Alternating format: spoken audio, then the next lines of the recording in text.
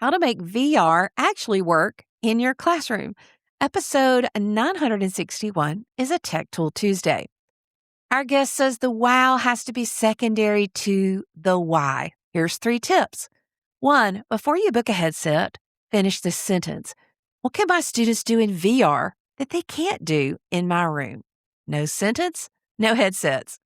2, cap the first session at 15 minutes.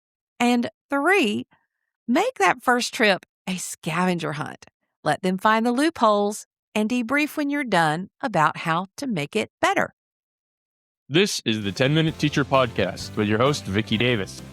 There's so many terminologies out there that sometimes it helps to do a deep dive. Meghan Freeman is an education leader and visionary strategist who now serves as the co-founder and co-CEO of IlluminateXR. It's an immersive learning company working at the intersection of extended reality, AI, and neuroscience-informed design. Meghan, people are like, okay, what's XR? Do we really need another acronym? What is it, and what makes it different from everything else? First of all, thank you so much for having me on. I'm so honored to be here today and talk a little bit about my journey and so excited about the XR space. It's that intersection of AI and VR and all things augmented reality, right? So as this technology and this technological revolution we're in, where new things are popping up daily, it's allowing for that definition to include all of the new items that are coming in the future. AI, VR, augmented reality, all the exciting technological tools and assets that can help support a teacher in being better.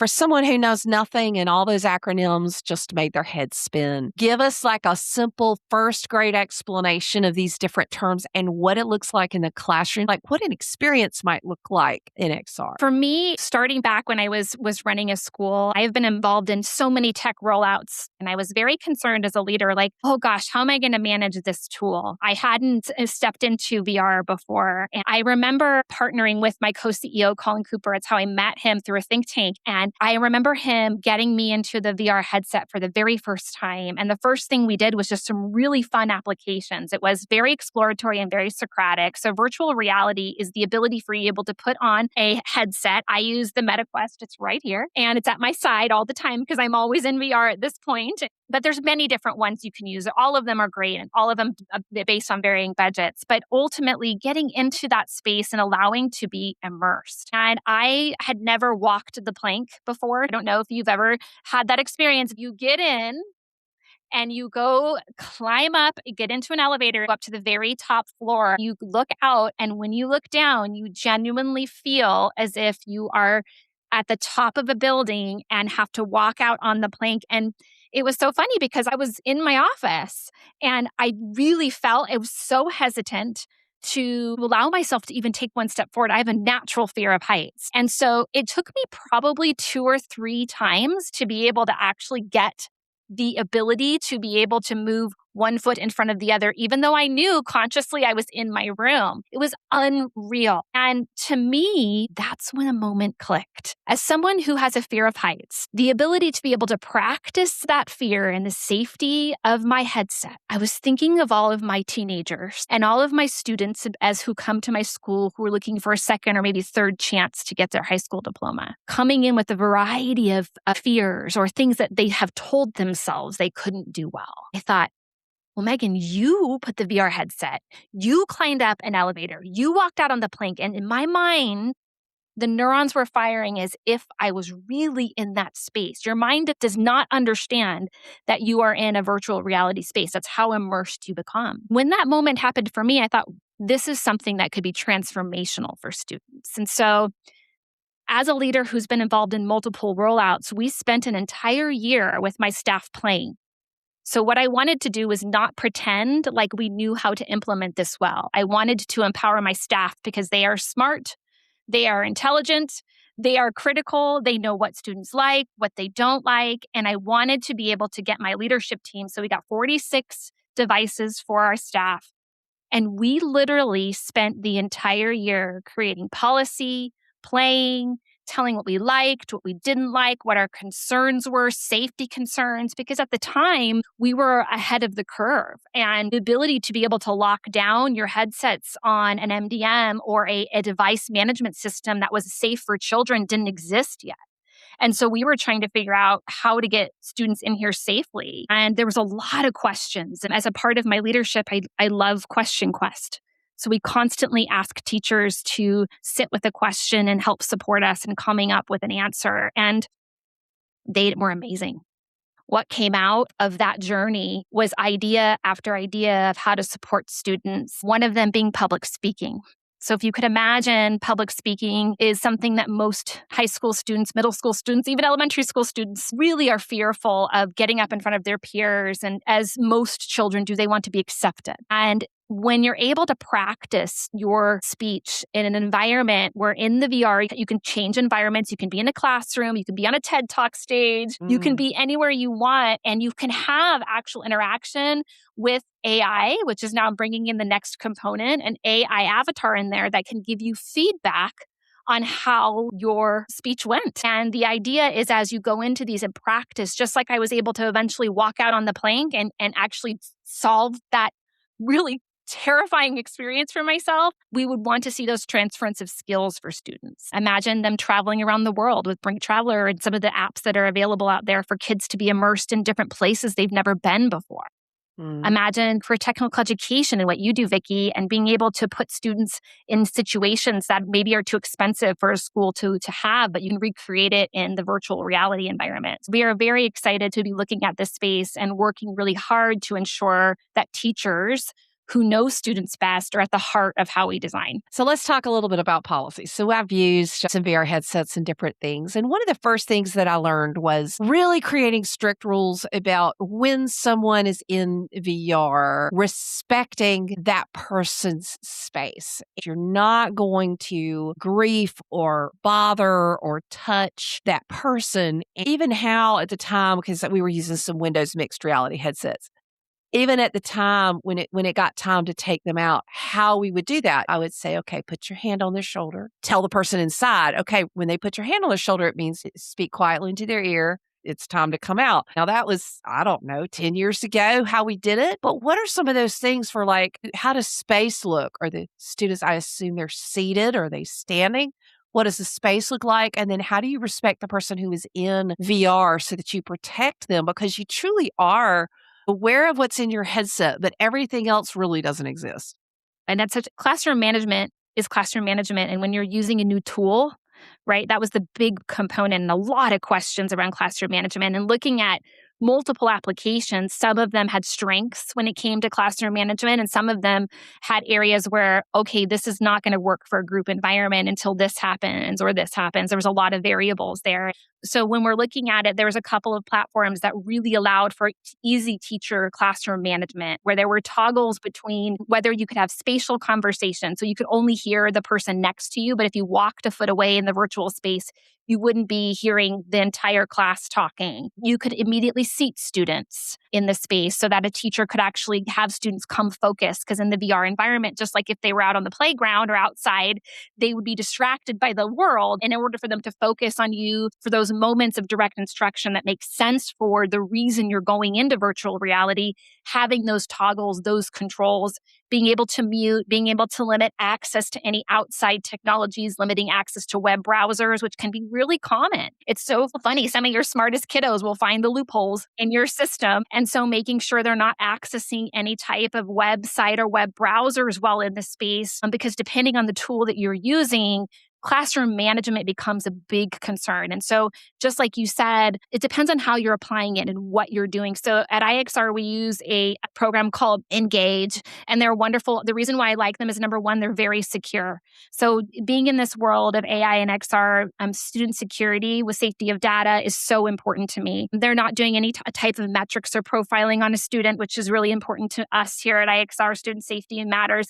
And I love the ability for the teacher to be able to control a lot that goes on in the environment. And they're listening as more teachers are entering into the platform and adding more ways for teachers to have better classroom management.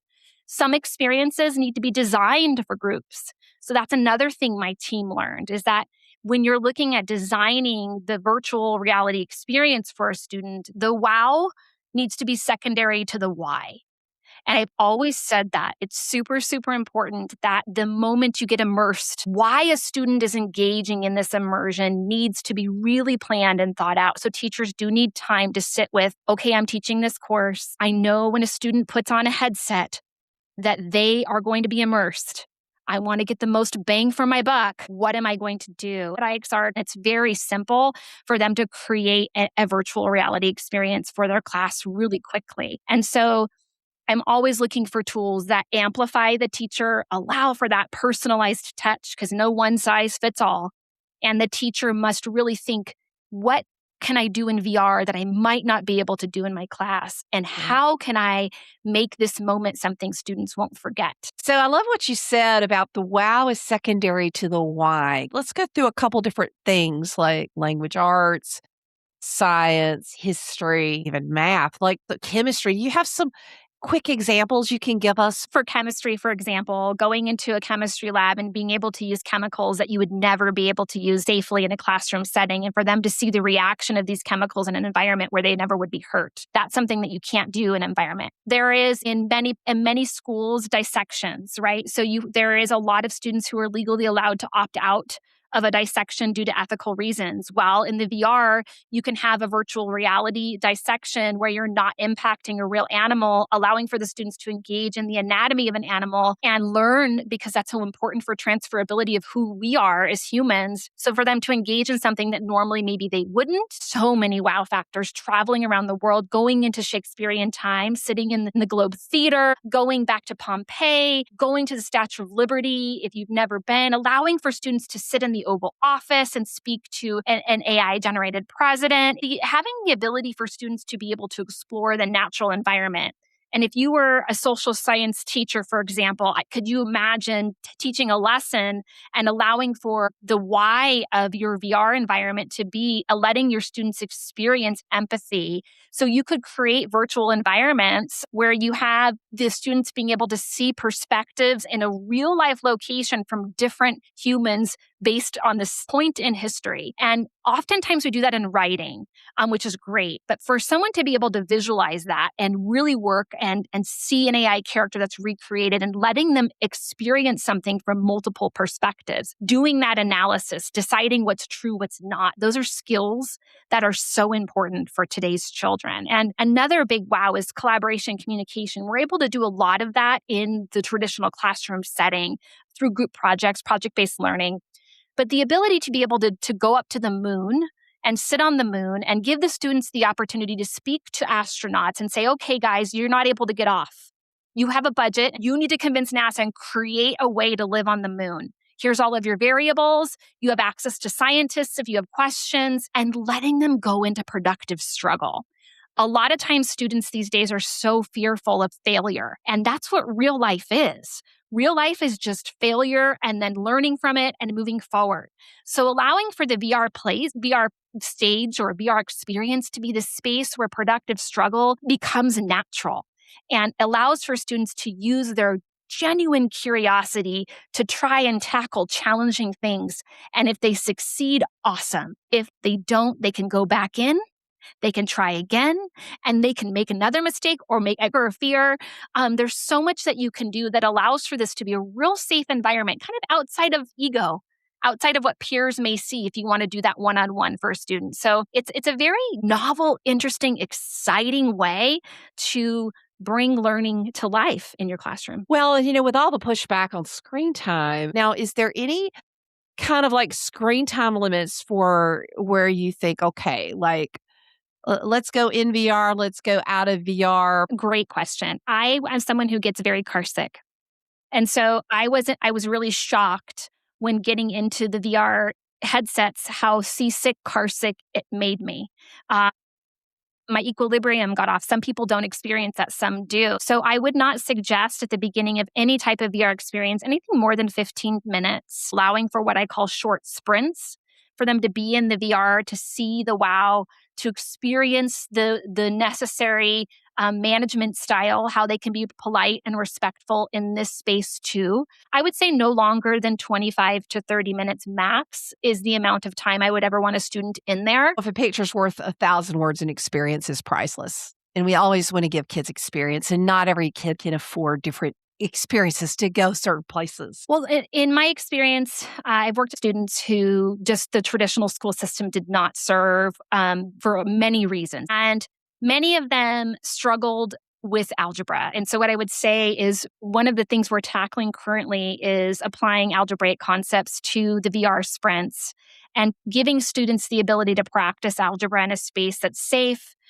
Knowing the world that we're going into, algebra is going to be more important than ever. My heart lies with students who are struggling and need the power of artificial intelligence and the power of virtual reality to support them. And for our students that were coming to us really struggling, we saw the most academic gain and growth when we focused on human first and then standards second.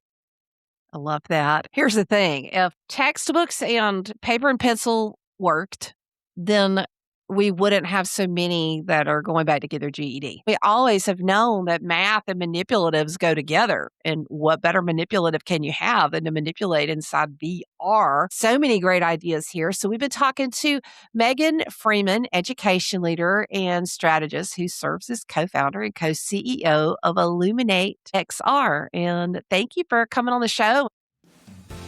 Thanks for tuning in to the 10-Minute Teacher Podcast. Watch the video version of this podcast and catch my new radio and TV show, Cool Cat Teacher Talk, on YouTube and a radio or TV station near you. Join my Cool Cat Teacher Classroom Matters newsletter at coolcatteacher.com/newsletter. Leave a review if you found this helpful. See you later, educator.